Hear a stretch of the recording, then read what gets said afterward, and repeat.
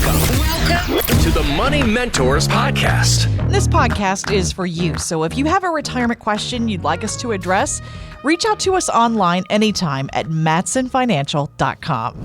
What they've been working on for months in Washington, the big, beautiful spending bill, it is now law. And guys, there are thousands of pages of things that could impact our lives hidden in this law. But this week I thought we'd break down and kind of focus on a few key things that would impact retirees and pre-retirees the most, because as with everything that Congress touches, there's some good and some bad with new laws when they take effect, because they tweak with these things so much.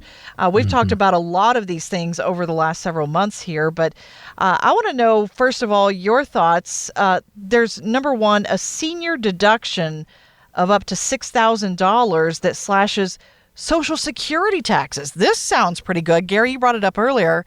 What do you know about this? Well, beginning with the 25 tax year, if filers are age 65 or older, you can claim up to an extra $6,000 for a single or $12,000 for married on top of the ordinary standard deduction. Ooh. Now, this phases out on the modified gross income above $75,000 for an individual or $150,000, couples filing jointly. But here's the thing to really understand about this. This is going to expire in 2028, just after 2028, the March of 2028.3. It's going to expire, and they have to renew this or not do anything with it. But so make sure that you understand it and you claim it. And if whoever's doing your taxes, tell them, hey, I got a $12,000 out there as long as your standard deduction's met and you don't go over that $150,000 line. Yeah, that's where that income, monitoring your income, especially the rest of this year, to maximize that for the next 3 years. Because if you go over $150,000 as a married couple, you don't get that other deduction, so it could cost you money. Okay. So here's the cool one. I got called from California. Happens to be a client, but also happens to be my brother. And he says, I understand this, and I got married last year, so should I file with her or without her? You might say, well, that's pretty easy. Why would you have a caveat of a question? Because she hasn't filed income taxes in over 7 years because she didn't make enough to file income taxes. Okay. And my perfect answer was, talk to your CPA. Yes. Don't know that one. Yeah. Got to run the numbers first, right? Exactly. Yeah. And that's the thing. They say 88% of beneficiaries could owe zero federal tax on benefits. But again, it really depends on someone's individual situation. Again, if you're married to, you really do have to have some of that tax help with this because, again, everyone's tax situation is a little bit different. But that's why you work with that network of CPAs and preferred providers who can help with that, because that tax math can get really complicated on this. Yep. I mean, with that one, the one that in this big, beautiful bill that kind of gave me pause was actually about required minimum distributions, RMDs. I think we should have a sound effect that every time we say RMDs, dun, dun, dun, you're right? Dun, dun, dun. Trademark that. Dun, dun, dun. Because what they're doing is now the Treasury's looking at putting RMDs on Roth IRAs. Ooh. So, yeah, you got required minimum distributions on an account that's not a taxable event. So why would they do that? They want you to take that money out and spend it or reinvest it. That's the key there. If you don't need the money, they're going to make you take it. You're not going to be taxed on it because you already paid the taxes. But now if you don't need it, where are you going to put it? Well, I don't need it, so I'm going to put it in the bank and I'm going to make 3-4% there, or I'm going to invest it. And that RMD now grows from $10,000 to $15,000. And then when I do need it, I take it. I'm paying taxes on that $5,000 I made. Whereas if it was in the Roth, I got that same $5,000 worth of growth. You weren't paying taxes on it. It was zero tax. And that's why we have what we call a non-qualified, this is money after taxes, a tax advantage account. What we do is that we put the money into this account. It's after taxes. We're going to grow it. And here's the cool thing. You do not pay taxes till you take it out. We can move it around and make you money or harvest tax losses, but once again, you will not have taxes till it leaves the account, kind of like a Roth. Okay. So if you remember that, the factor is that if you get a free step up in value, meaning that if I bought a stock for $1 and at my death it's now worth $2, your beneficiaries receive that at $2 as a cost basis, meaning there's no tax. This is a great way to move that tax needle in your favor. Good to know. Again, there are different strategies you can use tax-wise to kind of blunt the impact in retirement. And we'll keep you posted as they do study this issue. We'll, of course, keep you updated on the rules here on Money Mentors. And obviously, you can always come into the office there and go over your different tax strategies for retirement.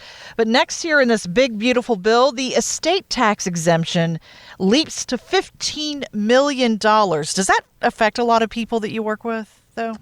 It can. And when they're talking about the estate tax exemption, what you're talking about is leaving a combined estate to your beneficiaries over $15 million, and that's per person. So if you're a married couple now, it's $30 million. So if you have estate or assets totaling over $30 million, anything above that could be subject to what they call, quote unquote, the death tax, right, Gary? That's what they call it. Exactly. Yeah. So being able to plan, we've seen that as low as prior to the Tax Cut and Jobs Act. It was around like 1.8 million at one point. And now we're up to 15 million per person. So this is one of those things they're always looking, and it's always on the chopping block depending on which party is in control in Washington. So while everyone's thinking you may be driving down the road, I don't have $30 million. Well, you may not, but what happens if that goes back to what it was prior to 2018, where it's like 1.5 or 1.8? Now you do have an issue where almost 40% of your estate could get taxed to your beneficiaries. And like our neighbors, you don't think about it, but your house is included in that. Yep. And so they have a house that they bought in 2008 when the market was really low for about $700,000. Now that's being taxed, the SEV on it's around $2 million. So when you start adding that up and you put your retirement accounts together, maybe you got some collectibles and all that. So when you put that all together with your personal property and things, it maybe get there where you're at maybe $10, $12 million today. Well, 24 years from now, just at a 3% growth, you're going to be at that $30 million. But more importantly, that's 24 years from now, like Gerald said, that's going to sunset in 2028. What's going to happen in the future? They're going to come after it. So you really need to do tax planning now for that future. All right, good to know. Again, get a head start on it right now while we know what they're doing with these rules as of the next couple of years here. Now, number 5 on this list, apparently they've changed a couple of 529 strategies, maybe giving grandparents a few more options here. Yeah, what this does is helping with these 529 plans. They're the education plan that you put money together for your kids or grandkids. Correct. So that way you can put money in there, it grows, and if you use it for educational expenses anywhere from K through 12 instead of just college, then that growth isn't taxed. But there was some issues with if it comes out from a grandparent's account when the child is or the grandchild is in college, that could end up hurting them on future FAFSAs. So they have the Roth IRA conversion allowed in there, which offers some more protection. Well, I don't want to Flexibility. say flexibility is the word. Thank you, Gary. And keeping those dollars with the child without having to pay taxes on those for either the grandparents or the beneficiary of it. Yeah, just to kind of remind you that the junior year they're in high school, you have to fill out the federal aid package when you go to a university, and that's called the FAFSA form. And a lot of people look at that and go, man, how do I fill this out? Because there's a lot of, if you do this, do you have that? How does this category fill? You can be penalized for having money in the bank. You can be penalized for having a 529 plan. The family expected contribution, that FEC part, is that for every dollar that basically you have for education, the family expected contribution is about $1.85. So you could actually, if you set up a 529 plan incorrectly and apply for it incorrectly, could actually harm you, like Gerald said. Okay, so good to know. Again, know the rules and what you can do with those funds, but good to have a little bit more flexibility anyway in how you can use those. Now, number 6 here, and we've heard a lot about this, healthcare cuts could raise some out-of-pocket costs. What are you hearing that could specifically affect retirees?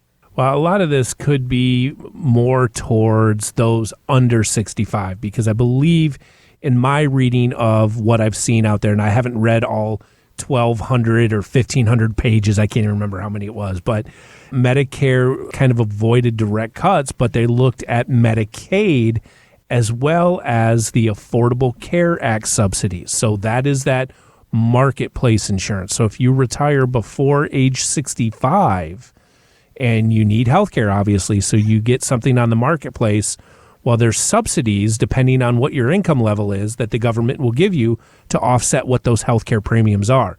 So there could be lower subsidies on those health care premiums, which means the amount you have to pay is going to increase. So again, a lot of this could be murky, and we won't know until actually we start getting in there and pricing out things to your specific plan. But there could be changes in there, and you got to be very deliberate in what you're researching, what your income is, and what plans you're on. Yeah, and recently I found out there's something called a Medicaid waiver. And this is for people that are seniors in long-term care facilities, and they have assets, but they don't have as much assets as maybe they should have to take care of the full bill. So there, you could apply for a Medicaid waiver, which would actually help pay for some of those extra cares. And so those memory care facilities, they're a lot more expensive. And so sometimes you can get a Medicaid waiver to help pay for some of that extra care that's given for those that need it. So again, that may be under reflection and back to the state level to see what the state wants to do with that. And by the way, you can argue with me on this theory, and it's going to be the proof is in the pudding, but I really like the factor that state regulators get to make choices. We get to make choices here in the state instead of at the federal level. Mm-hmm. So as the money comes back to us, or we have those less taxes going into federal, and we have to pay those at the state level, I like that because what's happening here in West Michigan is very different than what's happening in Eastern Michigan, as well as what's going on nationally. So I like the fact that we can redo these things for local of what's going on wherever you live. Yeah. I do too. Again, local power is oftentimes better than someone in Washington making decisions for us. And, you alluded to the next one on this list today here, Gary, and that is a lot of these tax breaks included in the Big Beautiful Law now will expire in 2028. And that's why planning right now is so key. I know there's a lot packed into this bill, this legislation here, and I know you and your team are staying on top of it and actually helping your clients right now plan ahead and use these rules to their advantage. That's what it's all about. It's always been said, it's not what you know that's going to hurt you, it's what you don't know. And again, there's a lot of changes going on, and we've talked to actually 6 different CPA firms of how these affect our clients, and there's different opinions right now about half of this going on. Mm-hmm. So we're still waiting for clarity from the IRS on a lot of stuff, but you don't want to miss the opportunity if it's there for you. Want weekly lessons from your money mentors? Yes. Hit the subscribe button now and listen every weekend on Wood Radio. The opinions expressed in this program are for general informational purposes only and are not intended to provide specific advice or recommendations for any individual or on any specific security. To determine which investments may be appropriate for you, consult your financial advisor prior to investing. Any past performance discussed during this program is no guarantee of future results. Fee-based financial planning and investment services are offered by Matson Financial Services, LLC, an SEC-registered investment advisor. Insurance products and services offered through Lakeview Financial Group, LLC, Matson Financial Services, LLC, and Lakeview Financial Group are affiliated. To find out if Matson Financial Services is licensed in your state, please call 800-536-8907.